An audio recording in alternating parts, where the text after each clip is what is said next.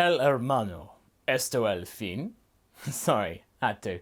It is a little bit inevitable given the subject matter, but who's to say we can't have a little bit of fun with this? It is a what if after all. Hey folks, MasakoX here. Now it is really the time to say goodbye to one of the longest what ifs on this channel. This all began in 2017, when this channel was getting into its stride with this sort of thing, in being one of the best places to find a good old bit of what ifery for you to listen to watch if you want to wherever you may be. Let's put this now to bed with where we are in the Dragon Ball anime. That's always what I tend to go from in terms of storytelling. I don't like to mix and match the anime and the manga, it's just a little bit too varied between the two for most options. It is the idea, and it's something that could have easily happened when you think about it in the actual timeline, about Future Gohan from the History of Trunks special, surviving for once, through various means which were most likely to be available, but really didn't play for the idea of a narrative that we actually got. That was pretty bleak for Dragon Ball, and no kidding. In short, Gohan and Trunks were able to fix the problems of the androids pretty swiftly here, thanks to the idea of the Room of Spirit and Time being a thing, which had been, in this timeline, left untouched from the androids' influence because they didn't think that they could look up. In the last part, we were getting well into the Tournament of Power, which had been pretty intense already, and we were even able to throw in some really interesting filler characters into the mix instead of the androids like Pycon and Olibu into the mix. I think they were worthy replacements for Frieza and the like, narratively speaking. We naturally got our ways into the contest before Jiren decided to actually do something, and then start to lay down the power onto Gohan. Speaking of Goku, he does his best to assist his son, and he conjures up the Genki Dama, like in the original story, with the assistance of Gohan this time, but even that isn't enough to stop Jiren, and out of the remnants of that black hole thing steps out not Ultra Instinct Goku, but Ultra Instinct Gohan. You heard me right there. Goku is out cold, and in no condition to battle right at this second. Will he be able to do anything else in this contest now that he started? Well, let's wrap this up. With Jiren looking completely nonplussed at this revelation, he chooses to walk away from this power but regrets it soon enough. Before he has gotten so much as a few feet from where he had previously been standing, Gohan is suddenly right there. "Move aside, Saiyan." But the young man isn't saying anything. Not one single word emanates from his mouth, like Ultra Instinct sounds supposed to, but instead we get a loud primal roar before we then get him attacking at fantastic speed. And if you were wondering, this is where Ultimate Battle would start playing if this were the anime. The battle is frenetic and intense, the power so vast that it is enough to stir Goku out of his unconsciousness and witness his son, or what he could tell was his son, I mean he was going so fast that not even Goku could keep up, was taking on the likes of Jiren above. Naturally, the Pride Troopers of Toppo and Dispo are there to defend their ally, but before they can even get close to actually do anything to Gohan, Gohan is able to block their attacks whilst also hurling kicks and glares in Jiren's direction. Despite the punches towards his teammates being not all that strong, they are fast enough to send them reeling backwards, but they weren't all that hurt from the impact. One thing is for sure, nobody, not even Jiren, can lay a finger on Gohan at this moment. And I think it is safe to say also that Goku is amazed with the prowess from his firstborn. "Go get him, Gohan. I always knew you were meant for greatness. It's just a shame I can't join you in this power. It looks exciting." With Whis all the proud as well at Gohan's achievement, Beerus isn't all that impressed, trying to keep his cool. "You could have gone one more step beyond, you know. This won't really cut the mustard with that one." "Oh, come on, Lord Beerus, where's your sense of team spirit?" "Since when did I ever need to be part of a team? I work alone, for good reason." Whis chooses to ignore his master's bleating, but he could tell that inside, the cat actually was a little nervous at how these mortals right here, who they relatively just met, were seemingly catching up with him. A wry smile crinkles on the angel's face. However, that smile doesn't last long. It becomes a look of concern when he can tell that Gohan's power is starting to flicker downwards just as soon as it had arrived, but Goku can spot this as well. He has to help now, somehow. Gohan makes one last leap forward from the central pillar, which he had previously been relying upon for protection, now giving way to him lunging forward, ever so viciously. And unlike the original, where Goku really didn't get the full impact in time, Gohan has just enough seconds to actually land the punch on Jiren, who careens through the arena and takes a good amount of damage, not just from the punch, but also from all the rubble of Kachin. Despite the overall power of Ultra Instinct Sign not being attack rich, if you are going at hundreds or thousands of miles an hour and connecting with your opponent, it's gonna sting a little bit, that's for sure. Jiren is resting there in the crater, completely unaware that if he'd have just gone down a few more feet, he would have fallen out of the arena and been eliminated. He was very lucky. Not bad, Saiyan, but now you must realize the error in you approaching me unprepared. Goku stumbles over to Gohan, who had collapsed from the exertion of using the technique, and he really desperately wants to congratulate his son for doing such a good job for the cause of Universe 7. Gohan laughs exhaustedly, and he has no idea what happened, but he knew that he did something to Jiren, but Goku tells him that he'd actually unlocked a new power just now. But then, another power catches Goku's attention. Gohan, get out of here. What? Take some of my energy now, no time to explain. But Dad, you can't do that. You'll be completely another... Too late. Goku gives his son some ki, and the son can feel himself rejuvenate just enough to be able to walk and glide some way away, and just in time too. Jiren isn't simply exiting the hole created just now, but a massive beam blast precedes him from his hand. It catches Goku, and is so forceful and so epic that it catapults the Saiyan not just out of the ring, but actually also into the stands without the need to actually be teleported there. A crash rocks the stands, and Whis is left flabbergasted with the power on display. Even Beerus doesn't seem all that irate at Goku's careless attitude at this time. The power here was just phenomenal. Jiren then casually floats out of the hole to look for Gohan, but he had moved away from the area as instructed, with enough energy to at least find cover and regroup before coming back in again perhaps for another fight with the alien. Trunks is then able to find Gohan and ask him what had happened and what kind of power he actually unlocked. Gohan simply has no answer to any of these questions other than what his father had told him, except one. He cannot get back into that form. He doesn't know how. He hasn't got a clue how he got into it in the first place. I'll protect you, Gohan.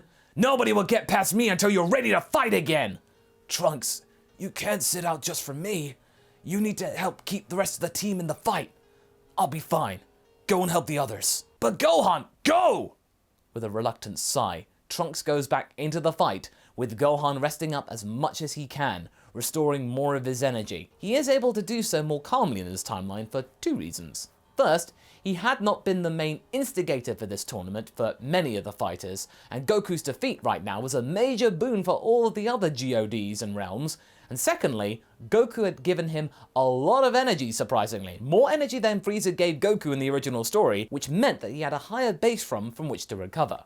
Now, here's a question I think you're all going to be asking right now. Does fusion happen in this timeline? The Potara variety in particular? Well, no. With the Majin Buu events not happening at all in this scenario, he never got actually resurrected from Babidi and Dabura, the idea of Potara fusion never crosses the minds of anybody, not even Shin, because it's really not needed. The only fusion that would be possible in this timeline would be of the Metamoran variety, from which nobody is actually really asked to learn. Goku does know it still from his time in the afterlife, but if you're thinking that that would be enough to help here, Trunks and Gohan cannot learn it right now in this sort of space and environment. There's just too much going on. It's not exactly conducive for an educational setting right now. For now, we are going to have to settle for Ultra Instinct and a whole lot of teamwork from the rest of the Universal teams. And also, I'm afraid there's not going to be any Kefla here. Champa did ask his Kai about Potara in secret, not wanting Beerus to hear obviously, but Fua is a very big scaredy cat, as you may know, and immediately poo-poos the idea due to him not wanting to upset the Omni King in regards to foreign objects being used in the ring. Champa is exclaiming that he's seen other universes use foreign objects in the ring. Why can't he do it? It's all fair and square now, but Fua, I don't want to risk being the one being in trouble. Oh, God, why am I paying you? But you're not paying me. Exactly! You're worthless! With a very reluctant grumble, Champa has a little hissy fit on his own. Beerus sees this, but not really caring for the reason about this tantrum, he just likes seeing his brother angry. With one Super Saiyan Blue fighter down, Vegeta is now keen to step up to the plate and begins to showcase what he can offer from what Goku had taught him previously. He is able to go blue himself, but Kaioken was something he chose not to indulge in, since it was something that Kakarot used. I do not wish to mimic that buffoon. This will be enough to wipe the floor when some of these drakes they call fighters. Gohan is happy to sense the prince's willingness to actually take part right now that Goku had fallen out. Clearly, his father's departure from the ring inspired the short stack to actually go about affairs and take things seriously. Things were indeed serious, but looking good for Universe 7 now. They still had 8 fighters. With fusion not being an option for all concerned, Vegeta was ramping up the eliminations with his use of blue. Hit, like in the original, chose to take on Jiren in the wake of Goku's loss, but got bodied in the end, leaving Caulifla, Kale and Kaba the only strong beings left in the team, to which the prince then picked off one by one without much thought. He was actually disappointed that Kaba hadn't really progressed since the Universe 6 tournament. These Saiyans, they're such disappointments. To think that despite my words, the boy failed to do much with them. Pathetic. With Universe 6 now falling, the tournament progresses until we get to the battle with Anirasa, with the 8 Universe 7 team members being able to pick the kaiju off quickly. But it does come at a cost of Krillin, Tenshinhan, and shock horror Trunks. Trunks had tried to help the previous 2 stay in the ring, but then he got sideswiped unknowingly by Anirasa as he tried to stop them, and in one massive move, the amalgamation had eliminated 3 members, and I think Moscow, the GOD of Universe 3, was particularly beepy with glee about that. Sadly though, Anirasa does fall, and it was up to Gohan, Pikkon, Vegeta, Piccolo, and Roshi, he was just as surprised to still be in the fight right now, to stop the Pride Troopers. Pikkon and Piccolo, who had been fighting a lot together in this contest, took on Dispo and were able to eliminate him thanks to Piccolo's stretchy arms being able to grab the bunny rabbit by the torso, which meant that Pikkon could then use him as a punching bag. Speed is no good if you're stuck in one place, bunny boy. And Toppo was the property of Vegeta, like in the original. Now this is where Vegeta reveals his secret weapon that he hadn't told Kakarot, Blue Evolution. Still not a fan of the name though. He uses this against Toppo, and with Roshi providing a somewhat decent distraction at the cost of his place in the contest, yeah, he'd gone far enough, Toppo was down. And by the way, if you're thinking that Toppo would be strong enough about Blue Evolution, remember, he doesn't go bananas in this one. We don't see GOD Toppo. The 4 fighters square up, but Jiren starts to pick off all of them, and in this timeline, he wins. With Vegeta, Pikkon and Piccolo all tapped out of ideas, Gohan tries to muster up his power again that he had apparently found, but he couldn't quite get back into it as fervently as his father could. He does fall into the power one more time, but its weakness is really apparent now of being mostly used for defensive techniques. It's very much more apparent here, to which Whis takes note. Sadly, it does mean that the team loses and Jiren stands victorious when he lands the blow on Gohan, who had fallen out of the power again, spent. Fortunately for our heroes, however, Jiren's wish is for the tournament to be cancelled out. The universe is brought back, and those fallen to be revived like 17 had asked for, but not for really benevolent reasons unlike the android. This time, he just wanted the tournament to be forgotten, having deemed the whole affair to be a complete and utter waste of time, a farce. Now, it had been completely negated, and thusly could be expunged from his mind. It does mean, sadly though, that he really doesn't hold Universe 7 in much regard like he does in the original, and nor does he change his outlook on life, still deeming absolute strength to be priority number 1. Gohan is strong and all, sure, but he lacks the endearing nature of Goku to change people's minds, sadly. With the Universe 7 team brought back, they head home, and Beerus is not in a happy mood. I didn't waste these last few years to train up losers. It seems that there's not much point being here anymore other than the food. Wait, Lord Beerus, give us one more chance! Why should I listen to weak mortals? Whis is keen to try and see reason here, to listen, and lets Gohan speak up. After all, he is Beerus's ride. One last fight, Lord Beerus. I want to see what this power can really do. Okay. If I win, I destroy this planet, no questions. Regardless of the food that it provides. Believe me, it's going to hurt me more than it's going to hurt you. Gohan nods nervously, but he's determined to learn. He had spent some hours, months, in the Room of Spirit and Time after the tournament, trying to figure out what had happened with Trunks, trying to find that power on his own, and he thinks that he's got something. Sure enough, the fight up in the atmosphere, like where they fought in Part 3, begins, and Beerus has the upper hand initially. Not really surprised there, but Gohan is allowing him to have first blood. It's all part of his grand master plan. You see, despite Gohan not being as prodigious a fighter as his dad, he was much more analytical than his papa and had figured out how this power worked. With the third time being the charm, Gohan falls into unconsciousness and from it emerges Mastered Ultra Instinct. The silver-haired Gohan gazes upon Beerus and the cat smiles with satisfaction. Good! My bluff worked. Not you will ever know that it's a bluff. I'm glad to see this world has a smart leader after all. Now, shall we dance? The fight continues, and Beerus takes a beating. He hadn't realized that this power was that good. Gohan's mastered body was quickly delivering blow after blow on his former master, and the God of Universe 7, to which the Dragon team down below could not really sense, was really struggling. They were only awaiting the descent of one body or the cessation of the battle to who could be declared the winner. Only Whis could sense what was truly happening, and it was something that made him happy. And this is something that Piccolo could register, spotting the smirk and inferring that this must be good for Gohan. The battle gets serious when Beerus lets rip. 100%. We are getting full power Beerus versus Master Ultra Instinct Gohan, and it's enough to light up the heavens despite the time of day being dusk. Beerus isn't holding back now, using all of his Hakai energy to try and fend off Gohan's power, but it isn't enough. He's not fast enough with tons of the energy flying off into space and erasing countless asteroids and comets. Beerus explodes with rage, to which the body of Gohan is left unmoved. The cat is on the brink of passing out, and this is Whis' cue. He teleports off to the stratosphere and finds both parties unconscious. He wasn't sure who had won, but maybe this was for the best. It would remain a mystery.